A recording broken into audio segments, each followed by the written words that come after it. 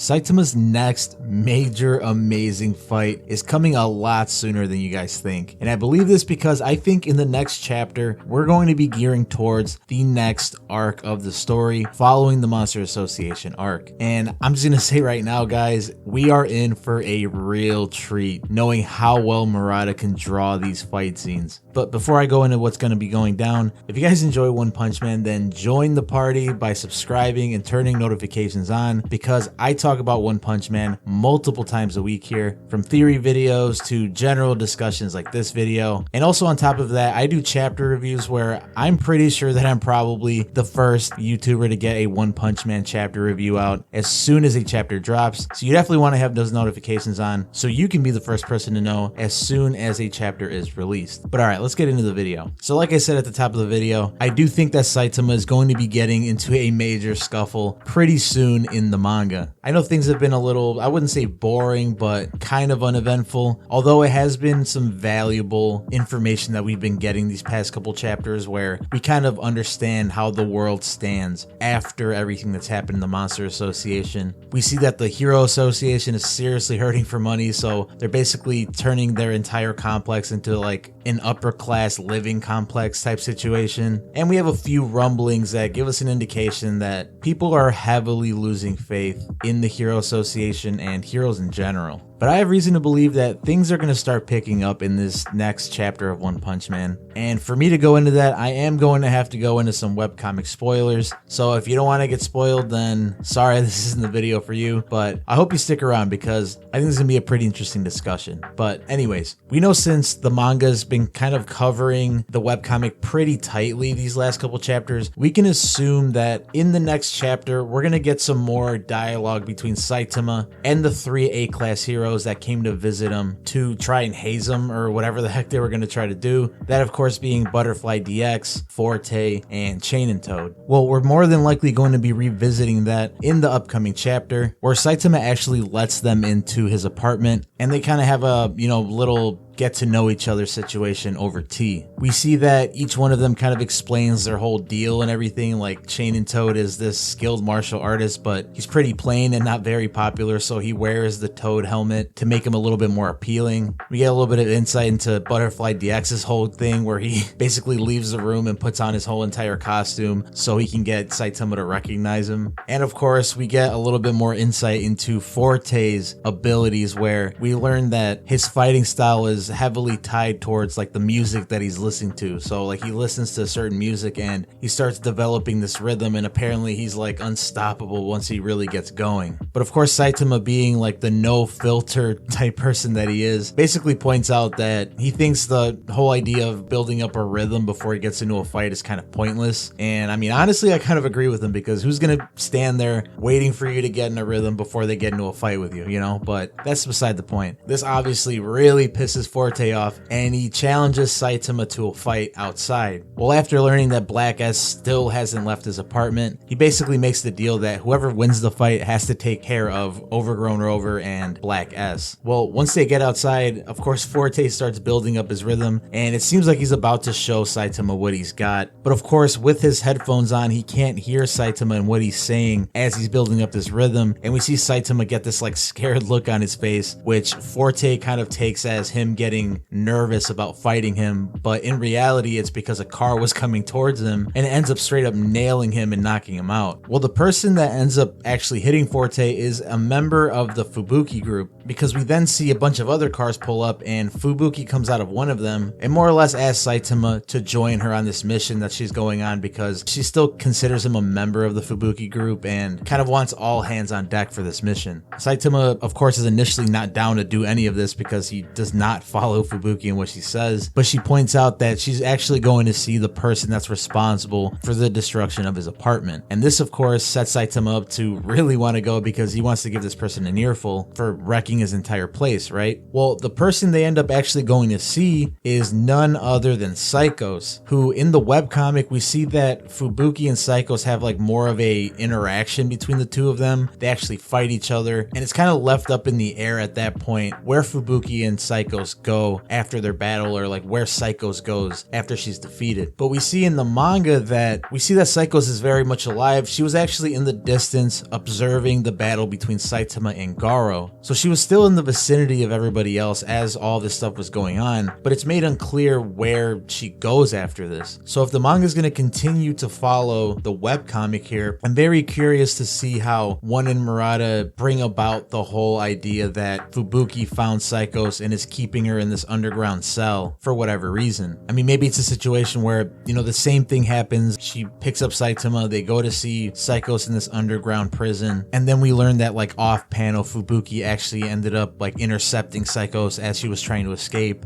and managed to subdue her and put her in the cell. I'm not really sure. Or maybe, who knows, One and Murata might scrap that whole idea and just have her confront Psychos in some other way. Maybe she isn't locked up. Maybe she stumbles across her next chapter. Who knows? But the whole point here is that once all of this happens, before, you know, Saitama can give her an earful like he's been wanting to, Tatsumaki actually shows up because she's here to, you know, basically finish the job, to finish off Psychos. And this is where the real problems start, because for whatever reason, Fubuki doesn't want her to get killed, but Tatsumaki's just trying to get rid of her for good. We're more than likely going to see a little mini battle between Tatsumaki and Fubuki before we get to the real meat of things, because after Tatsumaki pretty much handles Fubuki easily and talks down on her like she usually tends to do, treating her like some kind of weak younger sibling or something like that, this is when Saitama intervenes, and after that all hell breaks loose. I mean, I thought when I read the webcomic, like that whole fight sequence was pretty awesome, and I can only imagine how amazing it's going to be once it gets done in the manga by Murata. I mean, this fight literally scales throughout the entire city that they're in, like more than likely miles and miles of just Tatsumaki trying to beat the crap out of Saitama. And of course this means that there's going to be yet another S-class hero that knows how strong Saitama is. I know we're probably not going to be getting all of this in next chapter, but I do believe that more than likely by the end of next chapter, we might have that moment where Fubuki shows up and asks Saitama to go with her, which, you know, the very next chapter after that is probably going to be where Tatsumaki shows up and all these fights start to kind of go down. So I'm thinking, you know, at most probably 2 chapters from this past chapter that we just had will lead us into some major amazing fights. But what do you guys think? Are you guys excited to see Saitama versus Tatsumaki? Let me know what you guys think about the whole Fubuki and Psycho situation. Like, do you guys think that, like I said, it's going to show that, like, you know, she off panel captured her, or do you think One and Murata are going to go about things a different way this time around? Let me know your ideas in the comments. I love reading them and I love seeing what your guys' you know, creative ideas are. So go crazy down there. But that's it for this one, guys. If you guys enjoyed this video, please make sure to like and please subscribe. Make sure to turn those notifications on, because as soon as the next chapter drops, best believe I'll be covering it here. So until next time,